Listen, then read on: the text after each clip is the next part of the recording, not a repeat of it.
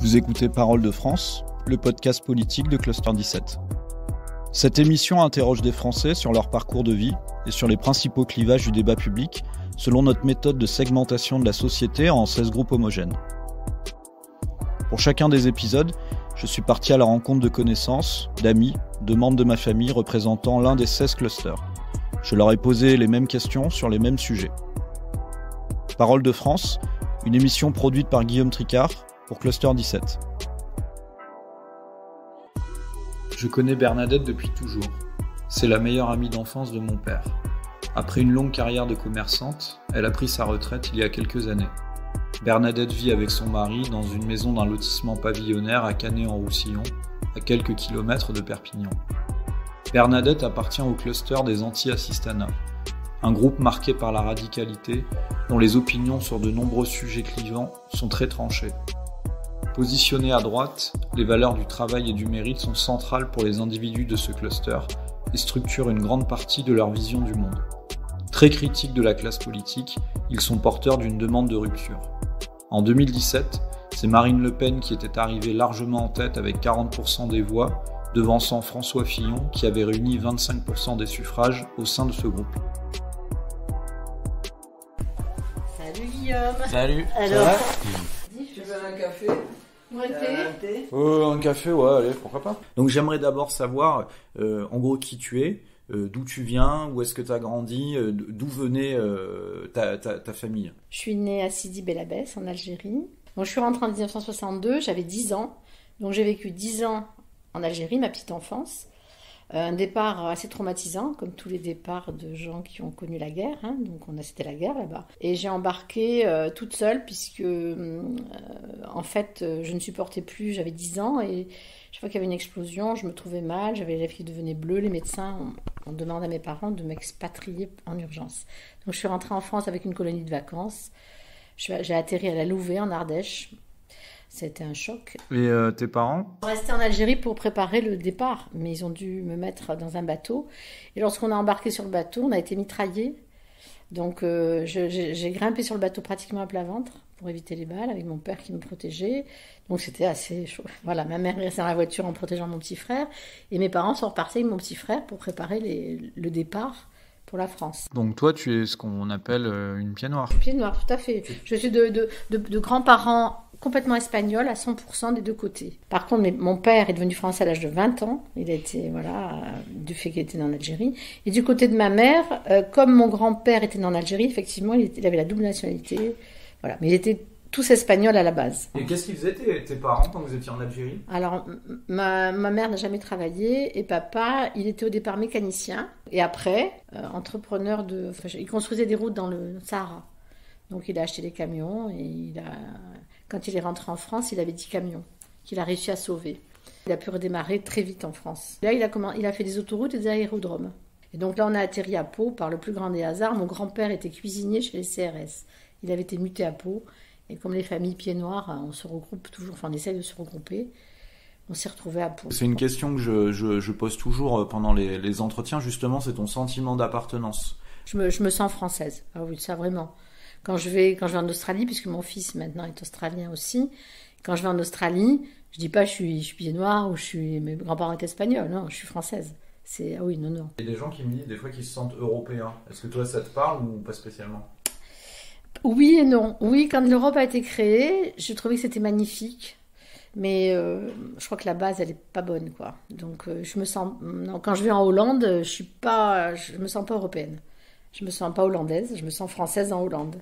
Tu estimes que tu as une enfance heureuse ou est-ce que ça a été plus compliqué ? Bon, l'enfance, j'ai été heureuse. J'ai des souvenirs avec mes parents. Oui, c'était bien. Mais j'ai eu une adolescence plus heureuse. Quand on est rentré en France, on a tourné la page. Je me suis fait plein d'amis. Ce qui a été plus difficile, c'est quand j'ai quitté Pau à nouveau. Là, j'avais quel âge ? Là, j'avais 18 ans. Et là, ça a été plus difficile. Mon père a acheté une affaire sur Perpignan, on est arrivé à Perpignan. Là, je l'ai très mal vécu. J'ai toujours eu mon meilleur ami, qui est mon ami d'enfance. J'avais 10 ans quand j'ai connu Didier. Ma meilleure amie, hélas, qui est partie, mais elle avait 12 ans. Et ça a été mes amis pour la vie, quoi. Même quand j'ai quitté Pau, j'ai pas eu d'amis comme eux après. Est-ce que tu as souffert de ton arrivée en France après avoir quitté l'Algérie? Bon, j'ai une anecdote, quand je suis arrivée au CM2, moi j'ai connu la neige, à ce moment-là il faisait très froid. Et donc moi j'avais que des affaires d'été. Et donc ma grand-mère, plus ou moins, m'avait acheté un petit gilet, enfin bon. Et donc dans la classe, je devais faire peut-être pitié, je sais pas, je sais pas du tout. En fait, l'institutrice, elle a organisé une collecte de vêtements. Et donc, moi, j'étais pas au courant. Et donc, j'arrive un jour et elle me fait monter sur l'estrade. Et elle me dit, voilà, toutes tes petites amies ont amené des vêtements pour toi. Tu auras des vêtements d'hiver. J'en ai pleuré, mais pas de joie. Pleuré de honte. Je lui ai dit, mais j'en veux pas. J'avais 10 ans. Je veux pas les vêtements des autres. Je veux pas. Et la première chose que mon père a fait quand il est arrivé, quand on lui a raconté, il m'a amené dans le plus grand magasin chic de Pau. Il m'a habillé des pieds à la tête avec la dernière mode, enfin bon. Et puis aussi, c'est vrai qu'on était mal perçus. L'institutrice, par exemple, dont j'ai souvenir, elle ne m'aimait pas. Alors pourquoi? Peut-être que j'étais une grande gueule, quoi. Je m'affirmais malgré tout. Et elle me mettait toujours au fond de la classe. J'étais avant-dernière, donc je ne l'intéressais pas. Enfin, c'est l'éducation à l'ancienne. J'en ai souffert, mais on était tellement aimés dans la famille, entourés d'amour, que finalement... Puis après, j'ai eu plein de copains pieds noirs. Mon mari est pied noir. Mais ça, on s'en est pas rendu compte. On s'est retrouvés à se retrouver entre expats. Et bon, c'est vrai qu'on était dissipés en classe. On était un peu borderline au niveau de la discipline. Tous. Est-ce qu'il y a eu un changement social entre votre vie en Algérie et votre vie à Pau? Alors, nous, non. Mes parents, non, parce que mon père a rebondi très vite. Mais on a fait en sorte, après, de réussir. C'est-à-dire, par là, on avait ça dans le ventre. C'est-à-dire, on a dit, on veut plus jamais, on veut assurer nos arrières. On veut plus jamais manquer. Mon mari et moi, on a fait en sorte de cravacher, parce qu'on n'a pas fait beaucoup d'études, puisqu'on s'est mariés très jeunes. On a fait en sorte de rectifier ce que nos parents avaient subi en Algérie. Du coup, tu t'installes à Perpignan avec ton... Donc, tu as 18 ans, c'est ça? Tu es installé 18 ans, je m'installe tout seul. Et tu dis tu fais pas d'études? D'arriver à Perpignan, mon père m'a intégré dans son entreprise. J'ai pris des cours du soir pendant 3 ans de comptabilité. Je suis devenue comptable. À l'époque, comme on était séparés, enfin Michel était à Pau et moi ici, on a trouvé que c'était bien parce que je gagnais ma vie. Et Michel m'a rejoint, lui aussi, il a laissé ses études. Et à l'époque, les parents, ils ne finançaient pas, enfin nous, nos parents n'ont pas financé un couple qui voulait se marier. Tu te maries, tu te débrouilles. Donc là, vous êtes installés ensemble? Là, on s'est installés, on a loué un petit appart. Puis nos parents ne nous aidaient pas. Je cuisinais sur un camping-gaz, je peux le dire. Mais t'es quand même salarié de ton père? Je suis salarié de mon père, mais très dur. Je crois que j'avais la position la plus difficile. Les filles avec qui je travaillais n'en revenaient pas. Bon, quand j'ai travaillé pour moi, enfin, je suis devenue comptable à mon compte pour un cabinet d'expertise, je trouvais que tout était très facile. J'en revenais pas de travailler pour moi, d'avoir mes clients. J'ai fait ça 5 ans et après je suis devenue commerçante. Voilà. Donc c'était un magasin de puériculture, bébé, tout ce qui était article pour enfants. Des jouets, oui, un peu de jouets au départ, c'était juste le premier âge. Après, plus tard, une dizaine d'années après, on a fait vraiment le jouet avec magasin, jouet club. Et ça, c'est jusqu'à votre retraite, du coup, vous êtes resté commerçant? Non, on a été commerçant, mais pas jusqu'à notre retraite. Il s'est avéré qu'en 2000, on est passé d'abord à l'euro et aux 35 heures. On avait 22 personnes. On avait 3 magasins. Alors là, j'ai plus du tout été commerçante. Là, on gérait des plannings, on gérait des caisses avec les euros en francs, les machins, les achats. C'est devenu très difficile. Parce que l'euro, du coup, pour vous, ça a été l'inflation, c'est ça? Ah ben oui. C'est-à-dire que le jour même où c'est passé, alors nous, on a répercuté, on traduisait vraiment l'euro, le franc, parce que les gens, pendant 1 an, ils ont payé en francs et en euros. Donc on avait nos étiquettes écrites en euros et en dessous la traduction en francs. Jamais on n'a pas pris 1 euro de plus, 1 euro de moins. Mais nos fournisseurs, non. Ils n'ont pas joué le jeu. Les boulangers n'ont pas joué le jeu, puisque la baguette, elle est passée à 1,20 €. Donc du coup, voilà, ça on l'a mal vécu, parce que la première année, les gens, ils n'ont pas trop réalisé. Mais la deuxième année, là, ils se sont retrouvés à court d'argent. Ils trouvaient tout cher, et ils avaient raison. Nous, on faisait de la marque, on faisait de la qualité, on faisait du Made in France. Là, on a dû s'orienter sur la Chine, voilà, à faire des trucs pas chers, voilà. En fait, on n'était pas formés. Moi, je voulais être commerçante, je voulais pas être gestionnaire RH, quoi. En fait, c'est ça. En fait, je suis devenue RH. Ça me plaisait pas du tout. On pouvait plus, j'arrivais plus, ça me plaisait plus. J'étais arrivée à un stade où j'étais en train de je suis tombée malade, en fait. Ouais. Et j'ai eu un déclic. Quand je suis tombée malade, je me suis dit, bon, moi d'abord. Et donc on a vendu notre affaire et pendant 6 mois, On a cherché. Et puis ma meilleure amie avait une agence de courtage maritime qu'elle avait vendue. Donc on va en vacances chez eux en Espagne. Et elle me dit, tu sais pas quoi, le gars à qui je l'ai vendu, il veut revendre l'affaire. Pourquoi vous l'achèterez? Bon, le courtage maritime. Bon, Michel connaissait les bateaux, évidemment, il faisait de la planche à voile, on adorait la mer, mais bon. Elle me dit, c'est sûr, il faut que tu le fasses, c'est génial, vous avez bien gagné votre vie. Et puis voilà, on a racheté l'affaire, courtage maritime, qu'on a fait pendant 10 ans et qu'on a adoré. Et ça a duré jusqu'à la retraite. 10 ans, voilà. Et tu étais contente d'arriver à la retraite ou pas quand même? Alors non, pas du tout. Non. Ah non, j'avais peur. Et comment tu l'occupes cette retraite? Alors j'ai eu le bonheur d'avoir des petits-enfants qui sont nés, même avant ma retraite. J'en avais à New York. Donc on a commencé à aller à New York plus souvent. Puis après ils sont partis en Australie. Donc on s'est dit, on va faire l'Australie. Donc on allait en Australie 2 mois par an, à peu près, 2 mois. Avant ça, est-ce que vous avez beaucoup voyagé? Oui, on a donné, c'est à cause de ça que nos enfants sont partis. On leur a redonné la toccade des voyages, je sais pas comment on peut appeler ça, l'amour des voyages. Oui, on a beaucoup voyagé avec eux. Qu'est-ce que c'est la politique pour toi? Est-ce que ça t'intéresse? Est-ce que ça t'intéresse pas? Alors ça m'a intéressé du temps de mon père. Mon père était très impliqué, il était RPR, Pompidou, machin, truc. Donc j'ai même été... Il était gaulliste? Oui, gaulliste pour un pied noir, c'est très rare. Mais il disait que De Gaulle avait le sens de la France. Et nous, mon père, il a toujours aimé la France. Et il nous a fait aimer la France. On était en Algérie, mais on était français. Alors, voilà, très fier d'être français, puisque lui, il a vu ses parents souffrir de l'Espagne. Donc, du coup, il avait fait un rejet de l'Espagne. Il en parlait pas mal de politique? Oui, il adorait ça. Ouais. Il adorait ça. Voilà, il adorait la politique. Et puis, un beau jour, il a fait faillite. Et là, il s'est rendu compte que ce monde-là, c'était un monde pas ce qu'il pensait.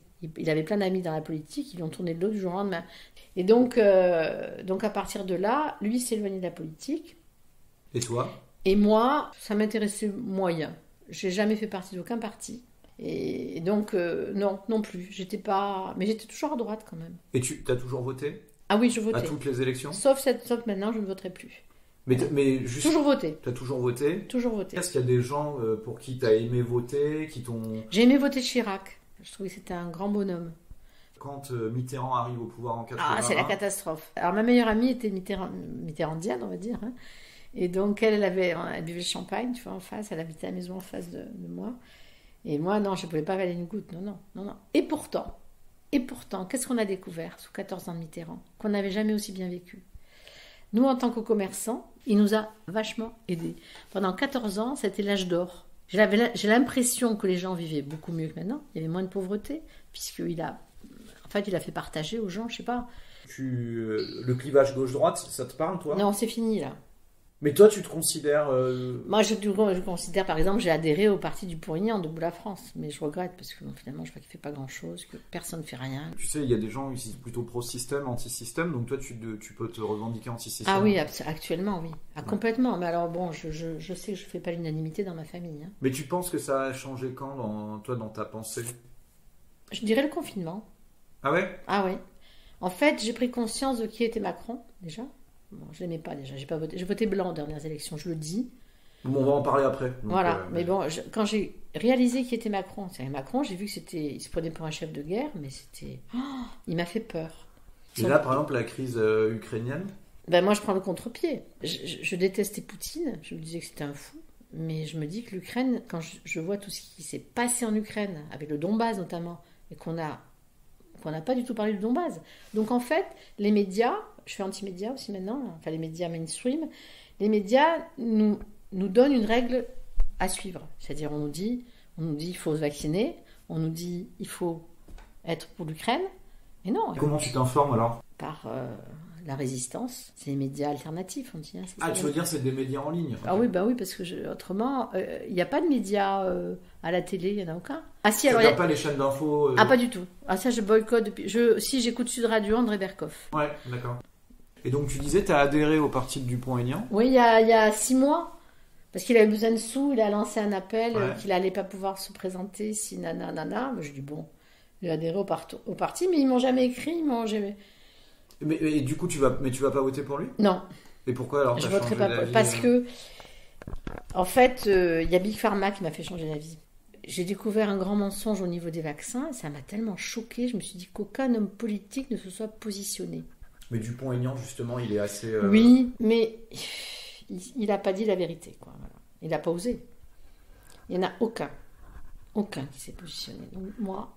Donc là, toi, ces derniers temps, le vaccin et le confinement, ça te... Ah oui, ça m'a ouvert, mais ça m'a réveillée. À l'âge que j'ai, je me suis réveillée. Donc entre Macron et Marine Le Pen au deuxième tour, tu n'avais pas voté? Si, je vote blanc. Tu votes blanc, et pourquoi tu votais ni pour l'un ni pour l'autre? Parce que Macron, j'ai une aversion pour lui dès le départ. Pourquoi? J'avais l'impression qu'il était fabriqué, Macron. C'est quelqu'un qu'on nous a mis au pouvoir, fabriqué, préfabriqué. On a façonné quelqu'un. Il n'a jamais travaillé, il n'a jamais été élu, ce gars-là. Il n'a jamais été maire d'un village, jamais. Je ne sais pas d'où il sort. Et Marine Le Pen? Marine Le Pen, elle n'a pas la... Non, moi, elle ne me représente pas. Moi, je veux quelqu'un qui me représente. Hein. Je n'ai trouvé personne. Enfin, Dupont-Aignan avait des bonnes idées. Mais maintenant, Dupont-Aignan, je trouve... un candidat Zemmour, par exemple, qui est nouveau dans l'offre politique. Oh, non, lui, non. J'adhère pas non plus. Pour moi, c'était un journaliste d'investigation. Il me paraît arriver comme Macron. Et par exemple, tu me disais que tu as toujours voté à droite dans ta vie. Pécresse, par exemple. Oh là, non, je la déteste. Ah non, Pécresse, elle est fausse. Elle est méchante. Elle a un regard méchant. Non, c'est une chipie, Pécresse. Ah non, ça se voit. La politique, en fait, si tu n'aimes pas ton pays et ton peuple, c'est pas la peine d'en faire. Avant que ce soit le mental, il faut que ce soit le cœur. Pécresse, elle aime personne.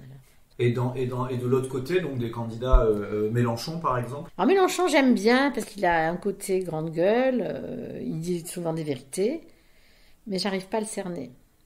Je préfère, je sais pas, il y a des gens, c'est bête ce que je vais dire, hein, mais Lassalle, par exemple, c'est un type plus sincère. Voilà, même Dupont-Aignan. Et Jadot? Alors Jadot, je crois qu'il faut quelqu'un qui aime les gens. Jadot, je ne sais pas s'il aime les gens. Il n'a pas une tête à aimer les gens. Hein. Donc toi, tu penses que tu voteras pas au premier tour? Je ne voterai pas pour la première fois de ma vie. Je n'irai pas voter du tout. Tu t'abstiens? Ah oui, complètement. Je n'irai pas voter du tout. Moi, j'y crois plus. Ils ne parlent que de ça à la télé. Alors, on a eu le Covid, après on a eu l'Ukraine, et maintenant on a les élections. C'est-à-dire ils monopolisent l'attention des gens sur un sujet de manière à faire oublier le reste. Mais le reste, c'est pas ça. Le reste, c'est de nouveaux métiers pour tous ces gens qui sont au chômage. Il y a plein de nouveaux métiers à exploiter. Voilà, des nouvelles écoles à ouvrir, une autre éducation pour les enfants. Il y a plein de choses à faire. Alors, du coup, il y avait quand même un événement qui s'était passé aussi il y a peu de temps pendant le quinquennat de Macron, justement, c'est le mouvement des Gilets jaunes. De suite, j'ai adhéré à eux. Alors, je ne suis pas allée dans les ronds-points parce que j'avais l'impression que ce n'était pas ma place. Quand j'ai vu qu'on leur tirait des balles, qu'il y a eu quand même 42 yeux crevés, là, j'ai dit, c'est plus mon pays. Là, il y a un truc qui se passe. Alors là, on m'a pris pour une folle chez moi, hein, parce que j'étais toute seule à le dire. Hein. On m'a pris pour une folle, on m'a dit, elle est folle. J'ai dit, oui, c'est parce que c'est des vilains, ils ont cassé des vitrines. J'ai dit, mais non, ça y est, on tire sur le peuple, vous vous rendez pas compte. Et après, il y a eu les soignants. Moi, ma soeur est infirmière. Et quand j'ai vu qu'on a porté au nu les soignants et qu'on les a licenciés, parce qu'ils voulaient... alors là, je suis allée manifester. Et là, je suis allée dans la rue. Donc, tu es allée manifester l'an dernier? Oui, sur les manifestations contre le pass sanitaire? Voilà, contre le pass sanitaire. À Perpignan, on était très nombreux. J'ai tous mes amis, actuellement, tous mes amis que je vois, sont tous ceux qui font des manifestations. Tu as des gens que tu connaissais pas avant? Si, mais que j'ai retrouvés. Ah oui, d'accord. Okay. En fait, des gens que j'avais perdu de vue. Et on s'est retrouvés dans la manif, j'en ai retrouvé. Et puis on s'est écrit. Alors dans le groupe, il y a mon expert comptable, il y a mon toubib. Voilà, il y a des gens que j'ai retrouvés. Mon expert comptable, je suis à la retraite depuis 8 ans, j'ai plus besoin de lui. Mais on s'est retrouvés. Son frère, mon toubib qui était à la retraite, que j'ai retrouvé. Et plutôt des gens qui ne vont pas voter, là, si vous parlez des élections, du coup? Ah oui, personne n'ira voter, là. Ouais. Ah, oui. Dans le groupe, personne n'ira voter. Quel est ton rapport avec la religion? Alors là, c'est tout nouveau aussi. En fait, j'ai la foi. D'accord? Je crois toujours à la Sainte Vierge, le Christ. Mais là, depuis quelque temps, j'ai une autre évolution. Je suis moins dans la croyance béate. Il y a tellement de souffrance que je me dis qu'il y a quelque chose d'autre. C'est pas possible que du bon Dieu, il autorise ça. Donc la religion, je m'en éloigne pas, je fais toujours mes... Je pense que la prière, par contre, j'avais un ami toubib qui est décédé, là, qui disait que la force de la prière, pour un malade, par exemple, se réunir, prier pour lui, ça lui donne de l'énergie. Toi, tu as l'habitude de prier régulièrement? Ah oui, je prie tous les jours. Et tu te dis catholique? Non, Non. Non, ça c'est fini. Non, non. Non, non. Chrétienne. Non, catholique, je rejette un peu parce que catholique en plus a une connotation.